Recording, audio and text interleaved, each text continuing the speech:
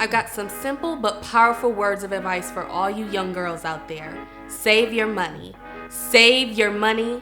Save your money. Seriously. Every lawn you mow or every time you babysit, put some of that money under your pillow or in a pickle jar. Or better yet, in a savings account, where it's safer and earns interest. I really don't care where you put it, but save your money. I know what you're thinking. Why worry about saving now? Well, life's full of surprises. Sometimes bad ones like emergencies and you end up with expenses you didn't expect. But sometimes it's good things, like when your friend has an extra Coachella ticket and invites you to go. I'm going to say it again. Save your money. And don't get stuck borrowing, begging, and wishing you had planned ahead.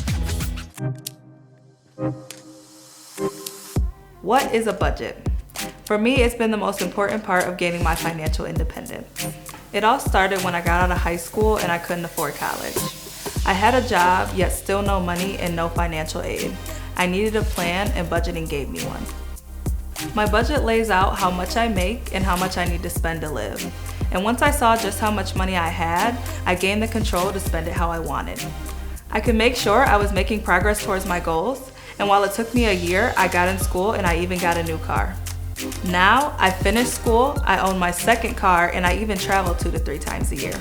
And while things don't always go perfectly, I don't make any financial decisions without checking in with my budget. You're not always gonna have your parents' support, so I'm here to talk to you about financial independence. What does that mean? You get to decide. But if you don't have a goal and a plan to get there, it's probably not gonna magically happen. When I was little, I would spend my allowance every week as soon as I got it.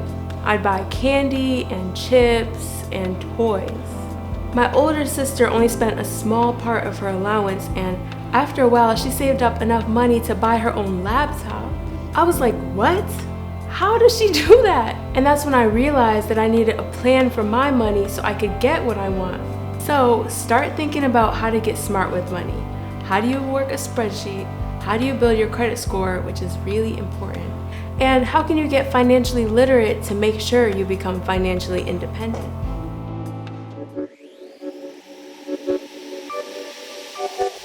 There's things you need to buy and there's things you want to buy. We all know that. But being smart with your money isn't always easy. It means learning to recognize when and how you rationalize your wants into your needs. You might feel like you need to get your nails done or get the newest phone or even buy the latest Jordans so you can fit in with your friends. I get that. But if you don't learn how to curb your impulse buying and get good at separating your needs from your wants, you're likely to land yourself in a lot of debt someday. Trust me, that's not something you need to experience. So start paying attention now and learn to separate what you need from what you want. If you know me, you know I like to dance. I mean, really like to dance. But when money's been tight, it's been hard to get my groove on. The most important lesson I've learned is to have good mentors in your corner so you can understand how and why money works. Don't wait until you fall into a financial hole and have to learn things the hard way. Trust me, that's no fun. So find a good mentor, someone who's good with their money. I'm not talking about those people flashing bling or cash, but someone who's built some savings, maybe owns their own business or property. So do your future you a big favor. Find at least one good financial advisor so you don't end up stuck trying to dance with some old worn out shoes.